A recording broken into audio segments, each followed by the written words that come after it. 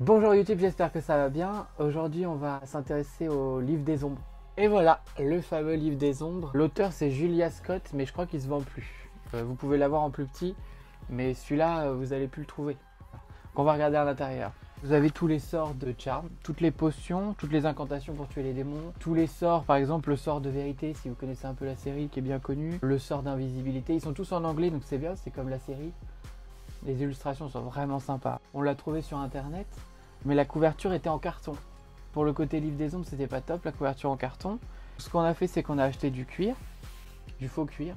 On l'a peint, et c'est aussi gratté pour faire un effet un peu comme le vrai livre des ombres, bien ancien, avant de le peindre quand même. On a pris les mesures du livre, intérieur, extérieur. On a coupé des morceaux. On a fait des tests, ça a pris un moment, hein.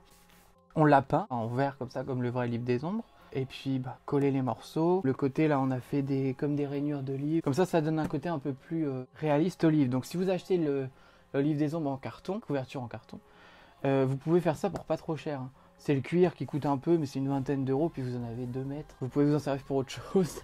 Après la peinture, ça coûte rien, pareil chez Action, toujours la même chose. C'est surtout une question de patience et d'effort pour faire quelque chose comme ça.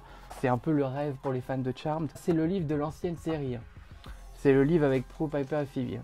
C'est pas le livre avec Mel, Maddie et...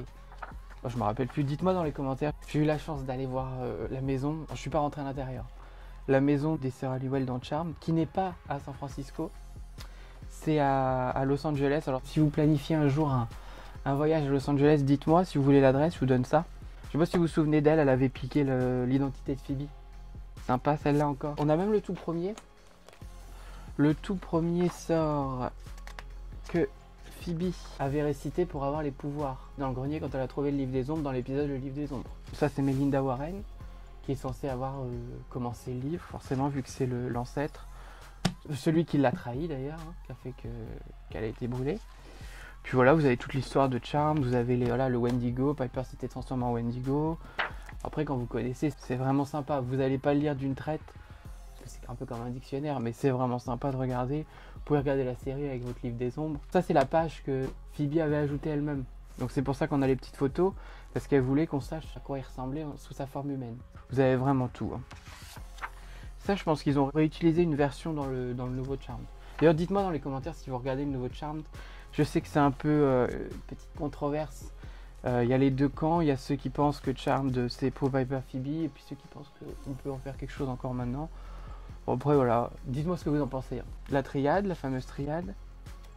J'en cherche un. Voilà, Abraxas, super connu, qui avait lu le livre des ombres à l'envers pour leur faire perdre leur pouvoir et faire revenir tous les démons qui les avaient attaqués.